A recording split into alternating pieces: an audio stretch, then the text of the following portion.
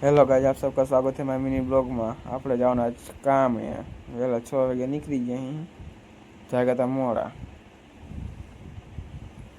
P हम पहुंची गया काम है रणजीत भाई खाई पे मार कहीं बाका चीकी बोला काम का चालू जो आप चूनाड़ू बकड़ो लई लीधी है रणजीत भाई बनावा चीकणी पी हूँ आता रहा बपोरे भाई बंद हारे एक गाड़ी में कारण के मोटरसाइकिल में तड़को लगतो पैसा लेवा जवानुं हतुं